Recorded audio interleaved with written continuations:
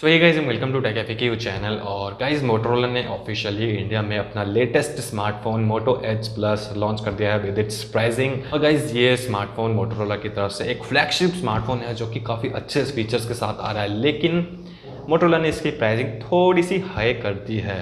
Guys इस video में हम यही प्राइसिंग जानेंगे और फीचर्स जानेंगे। तो गाइज वीडियो को पूरी देखना, पसंद आए तो लाइक कर देना। तो चलिए स्टार्ट करते हैं वीडियो बिना टाइम वेस्ट करें।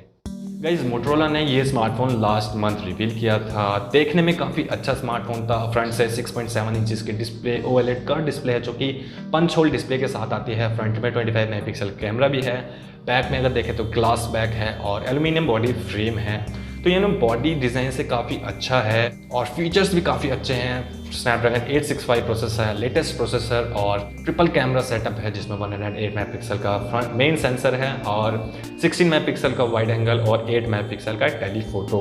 तो इस कैमरा डिपार्टमेंट भी काफ़ी अच्छा है। फ्रंट कैमरा की बात करें या बैक की, और उसके अलावा बैटरी की बात करें तो 5000 mAh की मैसिव बैटरी है जो कि काफ़ी ज़्यादा है एक स्मार्टफोन में।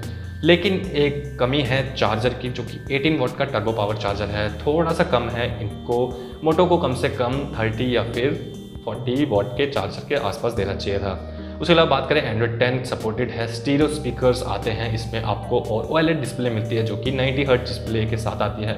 HDR10+ का सपोर्ट है।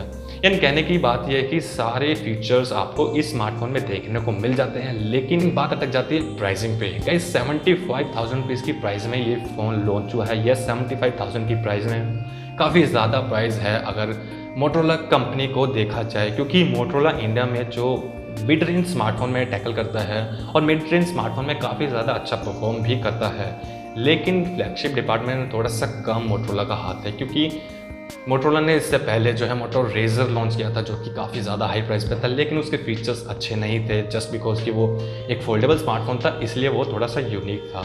अब बात करते हैं इसके राइवल से, यानी गाइस 75,000 रुपीज़ की प्राइस में ये इसके राइवलरीज है सैमसंग का S20 जो कि आता है 75,000 के बीच में, और iPhone 11 जो कि इसी प्राइस टैग पे आता है, और एक सबसे बड़ा किलर OnePlus 8, एंड देन उसके बाद अभी लॉन्च हुआ है MI का 10। तो गाइज़ ये सारे स्मार्टफोन हैं इसके राइवलरीज, और सबसे ज़्यादा इसको जो है राइवल है वो OnePlus है, क्योंकि OnePlus 8 और 8 Pro जो कि इससे कम प्राइस में लॉन्च होंगे वो काफ़ी ज़्यादा अच्छे होंगे, इससे ज़्यादा अच्छे होंगे, इससे ज़्यादा अच्छे फीचर्स प्रोवाइड करेंगे। फास्ट चार्जर जो कि ज़्यादा है, और मोटो एज में आपको वायरलेस चार्जिंग भी देखने को मिलती है जो कि 15 वॉट की ही होगी।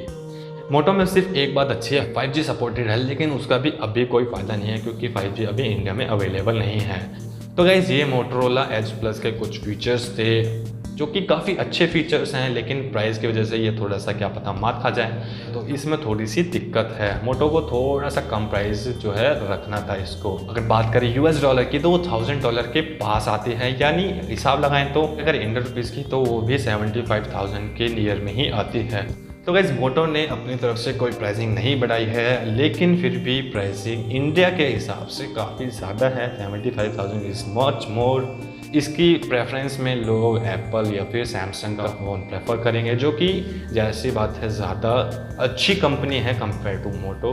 ऐसा नहीं है कि मोटो का फ़ोन बुरा है, लेकिन बहुत अच्छा फ़ोन है, बहुत अच्छे स्पेक्स हैं, बहुत अच्छी डिज़ाइन है, वाटर रिपेलिंग डिज़ाइन है, काफ़ी ज़्यादा अच्छी फीचर्स हैं, डिस्प्ले के साथ आता है, लेकिन सारी बात अटक जाती है प्राइसिंग पे। गाइस प्राइसिंग जो है काफ़ी हाई है। मुझे आप कमेंट करके बताइए कि आपको कैसा लगा ये मोटो का एज प्लस, उसकी प्राइसिंग कैसी लगी। अगर आपको पसंद है फ़ोन तो वीडियो को लाइक कर देना। तो गाइस इस वीडियो में इतना था।